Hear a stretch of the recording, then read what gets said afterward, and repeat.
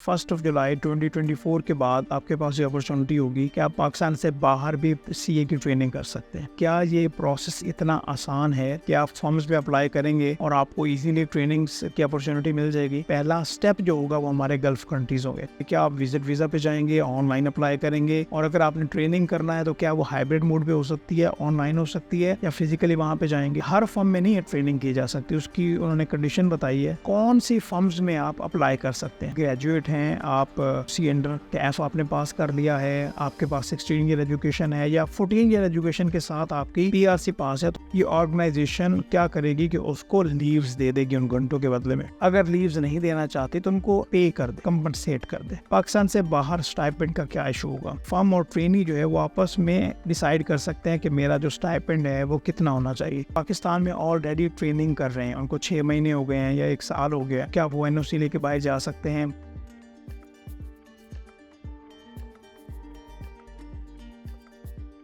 अस्सलाम वालेकुम। International articles या फॉरेन आर्टिकल्स को लेके एक अच्छी खबर आई, वो ये कि 1 जुलाई 2024 के बाद आपके पास ये अपॉर्चुनिटी होगी कि आप पाकिस्तान से बाहर भी सीए की ट्रेनिंग कर सकते हैं।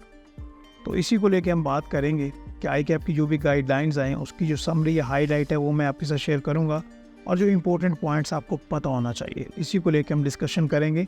और सबसे पहला पॉइंट कि 1 जुलाई 2024 के बाद आपको ये अलाउ कर दिया गया, बट क्या ये प्रोसेस इतना आसान है कि आप फॉर्म्स पे अप्लाई करेंगे और आपको इजीली ट्रेनिंग्स की अपॉर्चुनिटी मिल जाएगी? देखिए, सबसे पहली बात की जाए कि इस पूरी गाइडलाइन में किसी कंट्री को नॉमिनेट किया गया है या ये इन कंट्री पे आप कर सकते हैं, ये नहीं बताया गया। पहले इन्फॉर्मेशन वैसे सोशल मीडिया पे आती रही कि हम पहला स्टेप जो होगा वो हमारे गल्फ़ कंट्रीज़ होंगे।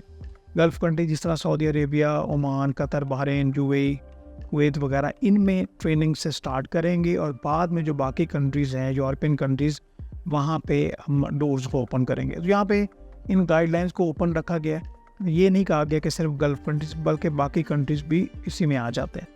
ये बात क्लियर हो गई। बट क्या ये इतना आसान है? वही बात, नहीं, इतना आसान नहीं है। इसका एक पूरा प्रोसेस है। मिसाल के तौर पे अगर आप पाकिस्तान से बाहर ट्रेनिंग करना चाहते हैं और वो पर्टिकुलर फर्म ICAP के पैनल पे ही नहीं है तो वहाँ तो आप ट्रेनिंग नहीं कर सकते। तो इसका ये बात है कि पर्टिकुलर फर्म को एक एप्लीकेशन प्रोसेस से गुजरना होगा। वो अप्लाई करेगी कि भाई मैं ट्रेनिंग ऑर्गेनाइजेशन लाइक एक दर्जा एक इस ऑर्गेनाइजेशन को देना चाहती हूँ। तो फिर क्या एक पूरा प्रोसेस होगा, रिव्यू होगा, ICAP के पैनल पे आएगी, फिर आप अकॉर्डिंगली वहाँ पे अप्लाई करेंगे। अभी जो एप्लीकेशन का प्रोसेस है वो एक फिर सेपरेट से है कि क्या आप विजिट वीज़ा पे जाएंगे, ऑनलाइन अप्लाई करेंगे, और अगर आपने ट्रेनिंग करना है तो क्या वो हाइब्रिड मोड पे हो सकती है, ऑनलाइन हो सकती है, या फिजिकली वहाँ पे जाएंगे? तो ये वाले पॉइंट्स हैं, इनको भी हम डिस्कस करेंगे।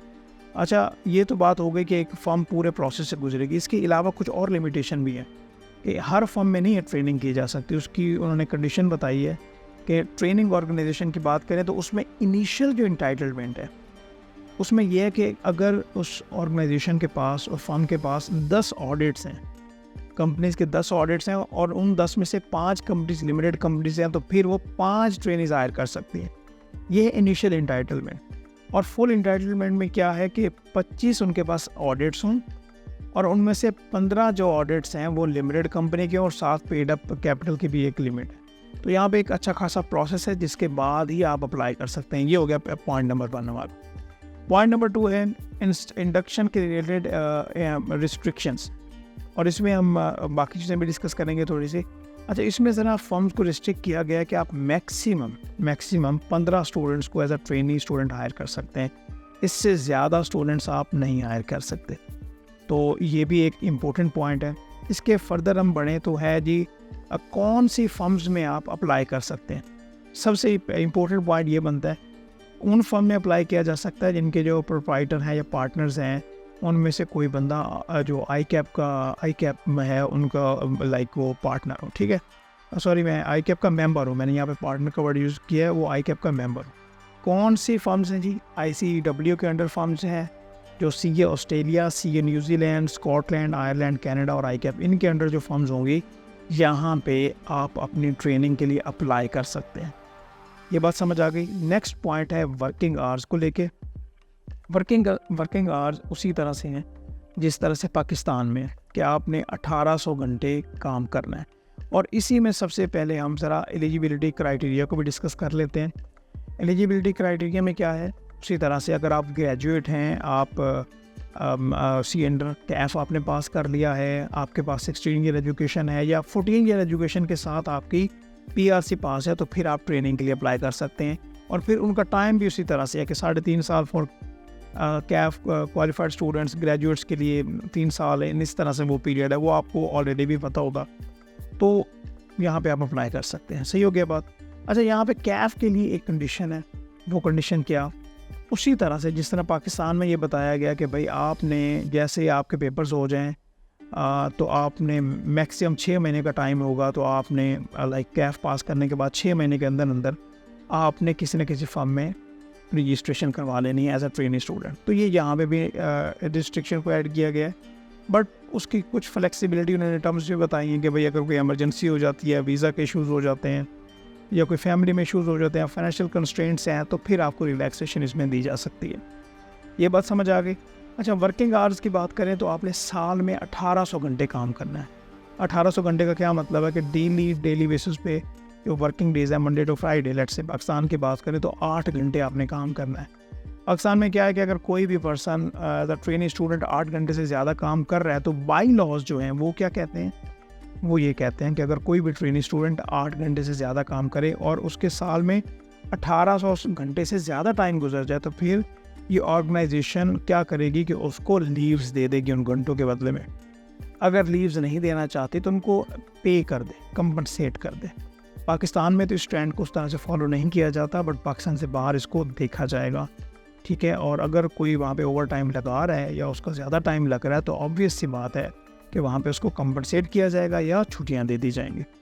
अच्छा, इससे जो नेक्स्ट पॉइंट बनता है वो है स्टाइपेंड को लेके, और स्टाइपेंड का पॉइंट बहुत इंपॉर्टेंट है। पाकिस्तान में आपको पता है कि स्टाइपेंड को लेके बड़ी प्रॉब्लम्स हैं, स्टूडेंट्स भी आवाज़ उठाते रहते हैं कि भाई स्टाइपेंड कम है। और अगर फर्म्स की बात करें तो वो ये कहते हैं ये स्टाइपेंड जो है ये एक पॉकेट मनी है। जब आप क्वालिफाई कर लेंगे या आपकी ट्रेनिंग कंप्लीट होगी, तो आप जब किसी भी कंपनी को या इस फर्म को भी ज्वाइन करेंगे तो हम आपको प्रॉपर सैलरी पैकेज देंगे। अभी तो हम आपको सिखा रहे हैं ना, और जो रिसोर्सेज हैं वो ये समझते हैं कि वो उतनी ज़्यादा वैल्यू ऐड नहीं कर रहे कि जिस तरह एक मिसाल के तौर पे अगर एक स्टाइपेंड 20,000 या 25,000 दिया जा रहा है, on the other hand 1 lakh रुपए किसी की वहाँ पे सैलरी है, तो वो उसी तरह से वैल्यू ऐड कर रहा है। चलें, ये अपनी जगह पे पॉइंट्स हैं, बट पाकिस्तान से बाहर स्टाइपेंड का क्या इशू होगा ये मैं आपको बता देना चाहता हूँ कि यहाँ पे कुछ टर्मिनोलॉजीज हैं, कंडीशंस हैं, उनको डिस्कस करना इसलिए ज़रूरी है कि वहाँ पे ये बताया गया कि पाकिस्तान से बाहर जिस कंट्री में भी वो स्टूडेंट ट्रेनिंग करने जा रहा है, उस कंट्री के जो अपने लॉज हैं कि यहाँ पे स्टाइपेंड रेट क्या होगा। मिसाल के तौर पे अगर हम UAE की बात करें तो लेट से वहाँ पे 1500 से 2000 तक स्टाइपेंड रेट देखने को मिलता है, तो वहाँ पे उसके अकॉर्डिंगली स्टाइपेंड हो सकता है। और इसके अलावा एक और कंडीशन है, वो क्या कि लाइक मैं अप्लाई करता हूँ किसी फर्म में एज अ ट्रेनी कि मुझे आप ट्रेनिंग पे हायर कर लें, फिर फर्म और मैं फर्म और ट्रेनी जो है वो आपस में डिसाइड कर सकते हैं कि मेरा जो स्टाइपेंड है वो कितना होना चाहिए, या फर्म जो है वो अब मुझे कितना पे करेगी, म्यूचुअली डिसाइड भी हो सकता है। और यहाँ पे फर्दर एक कंडीशन लगाई गई, वो ये कि अगर स्टाइपेंड रेट जो है वो पाकिस्तान के जो प्रिस्क्राइब रेट्स हैं उनसे कम है, तो मिनिमम पाकिस्तानी रेट वाला स्टाइपेंड ज़रूर होगा। तो यहाँ पे ये भी बात हो गई। स्टाइपेंड को लेकर क्लियर हो गया कि म्यूचुअली एग्रीड भी हो सकता है, उसके लोकल लॉज भी हो सकते हैं। अगर उनसे पाकिस्तान से कम हो तो फिर पाकिस्तान वाला मिनिमम रेट समझा जाएगा। क्लियर। इससे फर्दर बढ़ते हैं, और वो है जी ट्रांसफ़र ऑफ एग्रीमेंट। अच्छा, इसको लेके काफ़ी ज़्यादा हमें क्यूरीज आई कि जो पाकिस्तान में ऑलरेडी ट्रेनिंग कर रहे हैं, उनको 6 महीने हो गए हैं या 1 साल हो गया, तो क्या वो NOC लेके बाहर जा सकते हैं। यही होता है कि ट्रांसफ़र ऑफ कॉन्ट्रैक्ट या एग्रीमेंट, ठीक है। तो हम NOC की बात कर लेते हैं कि देखिए यहाँ पे ये बताया गया कि अगर कोई पर्सन पाकिस्तान से बाहर ट्रेनिंग कर रहा है, ओवरसीज़ जो फर्म्स हैं, एक फर्म से अगर वो दूसरी फर्म में जाना चाहे तो वो जा सकता है, ठीक है, बिल्कुल जा सकता है, उसके ऊपर कोई रिस्ट्रिक्शन नहीं है। अगर एक फर्म के पास रिसोर्सेज ज़्यादा आ गए हैं, लाइक 15 उनके पास उन्होंने रखने थे और साइकिल इस तरह से बना कि उनके पास एक्सेस ट्रेनीज हो गए हैं, तो वो दूसरी फर्म में उनको ट्रांसफ़र कर सकते हैं, ठीक है, म्यूचुअली एग्रीमेंट की बेसिस पे। अच्छा, एक और बात है कि अगर पाकिस्तान से बाहर जो ट्रेनिंग कर रहे हैं वो पाकिस्तान की फर्म में किसी में आना चाहे तो ये भी पॉसिबिलिटी है, जहाँ पे भी कोई रिस्ट्रिक्शन नहीं है। बट अगर कोई भी ट्रेनिंग स्टूडेंट पाकिस्तान में ऑलरेडी किसी फर्म में ट्रेनिंग कर रहा है, उसको कुछ टाइम हो गया, 2 महीने, 5 महीने, 6 महीने, ठीक है, तो फिर क्या है कि यहाँ पे रिस्ट्रिक्शन है कि पाकिस्तान से बाहर आप और एग्रीमेंट को ट्रांसफ़र नहीं करवा सकते। एनओसी लेके पाकिस्तान से बाहर ओवरसीज़ में आप ट्रेनिंग नहीं कर सकते, ठीक है। तो ये एक इम्पोर्टेंट कंडीशन थी जो आपको बताना ज़रूरी थी। अच्छा, इसके अलावा एलोकेशन भी बतानी थी मैंने कि ट्रेनिंग की एलोकेशन क्या है। पाकिस्तान में क्या है कि अगर कोई किसी ने कैफ क्वालिफाई किया तो फर्म में गया, चलो भाई तुमने 3.5 साल ऑडिट में गुजार देने हैं, अच्छा तुमने पहले टैक्स में काम करना है, फिर ऑडिट में काम करना है, या लाइक यहाँ पे रूल्स को उस तरह से फॉलो नहीं किया जाता। लेकिन यहाँ पे एलोकेशन बताई गई है। पाकिस्तान के जो ट्रेनिंग्स हैं उनके लिए भी यही है, लेकिन वहाँ पे मुझे उम्मीद है कि ये ज़रूर फॉलो होगा कि ये बताया गया कि जो आपका ट्रेनिंग पीरियड है उसका 1/3 जो टाइम है वो आपने audit, accounts and financial reporting या कॉर्पोरेट टैक्स या टैक्सेशन में लगाना है, और जो उसके बाद बाकी टाइम बचता है चाहे वो आप ERP में लगाएं, चाहे एडवाइजरी में लगाएं, IT में लगाएं, जो बाकी सेगमेंट है वहाँ पे आप एलोकेट कर सकते हैं। तो ये तो बात हो गई। अच्छा, अभी हम ये डिस्कस कर लेते हैं कि अभी इंटरनेशनल आर्टिकल्स के डोर्स तो ओपन हो गए, अभी इसमें थोड़ा टाइम भी लगेगा, ऐसा तो नहीं कि अभी से स्टार्ट हो गया। तो ये किन लोगों के लिए ज़रूरी है, आपकी प्रिपरेशन क्या होनी चाहिए। पहले आप ये देखें कि पाकिस्तान की जो नॉर्म्स हैं वहाँ से इंटरनेशनल नॉर्म्स डिफरेंट हैं। आपने हमारे काफ़ी इंटरव्यूज़ भी देखे होंगे कि वहाँ पे डेडलाइंस को मीट करना काफ़ी ज़्यादा बेहतर और इम्पोर्टेंट होता है। आपको और जल्दी काम करना होता है, आपकी इंटरपर्सनल जो स्किल्स हैं वो बहुत बेहतर होनी चाहिए, आपकी कम्युनिकेशन स्किल्स बहुत बेहतर होनी चाहिए। तो यहाँ पे आपको अपने आप को रेडी कैसे करना है। देखिए, सबसे पहले एक तो जिनकी अभी अपकमिंग कैफ की क्वालिफाइंग अटैम्प्ट होगी या बाद वाले स्टूडेंट्स, और साथ जिनका अभी 6 महीने का पीरियड नहीं पूरा हुआ ये रिस्ट्रिक्शन वाला, उनको तो ज़रूर अपनी स्किल्स पे बहुत ज़्यादा काम करना है ताकि वो बाकी स्टूडेंट से कंपेरेटिव एडवांटेज ले सके। क्योंकि आप में से काफ़ी लोग हैं, और ये जाना भी चाहिए, जो चाहते होंगे कि पाकिस्तान से बाहर वो ट्रेनिंग करें, क्योंकि उसका स्कोप भी ज़्यादा होगा, लर्निंग के मौके भी ज़्यादा होंगे, और उसी तरह से आपका करियर भी काफ़ी ज़्यादा बढ़ेगा, आगे ग्रो करेगा। तो आपको फिर कंपेटिटिव बनना है, कुछ ऐसी स्किल्स पे काम करना है जो कि आपको दूसरों से एज दे, जिसमें कम्युनिकेशन स्किल्स है, आपको जो फर्म की वर्किंग है वहाँ पे सपोर्ट करने वाली स्किल्स हैं, टेक्निकल स्किल्स हैं। तो ये सारी स्किल्स पे आपको काम करना पड़ेगा। अच्छा, इस तरह की जो स्किल्स हैं आप मार्केट से जहाँ से आपको ये ऑफ़र होती हैं आप ज़रूर इनके ऊपर काम करें।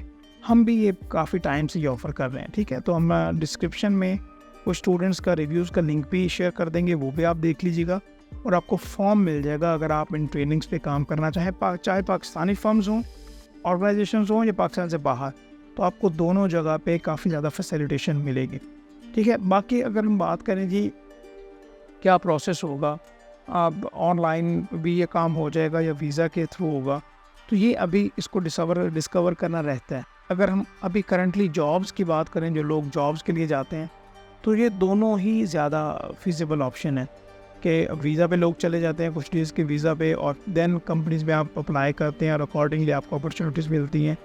इसके अलावा अब ऑनलाइन भी इंटरव्यूज़ देते हैं, क्योंकि ऑनलाइन भी इंटरव्यूज़ आपकी हायरिंग होती है, और अकॉर्डिंगली जब सारा प्रोसेस हो जाता है तो उसके बाद आपकी वीज़ा प्रोसेसिंग होती है, और फिर आपको अपॉर्चुनिटी मिलती है कि आप पाकिस्तान से बाहर मूव करके अपने काम को स्टार्ट कर सकें। तो ये वो मेन पॉइंट्स थे जो कि आपको पता होना ज़रूरी थी, जो कि आपसे डिस्कस करना ज़रूरी थे। अगर इसके अलावा कोई और पॉइंट आपके माइंड में हो जो कि रह गया, मुझे स्किप हो गया और इम्पोर्टेंट था, तो वो आप कमेंट्स में ज़रूर बताइएगा ताकि आप बाकियों की रहनुमाई हो सके, और अपना ख्याल रखिएगा। इंशाल्लाह हम नेक्स्ट वीडियोज़ में बात करते रहेंगे। Thank you so much. अल्लाह हाफ़िज़।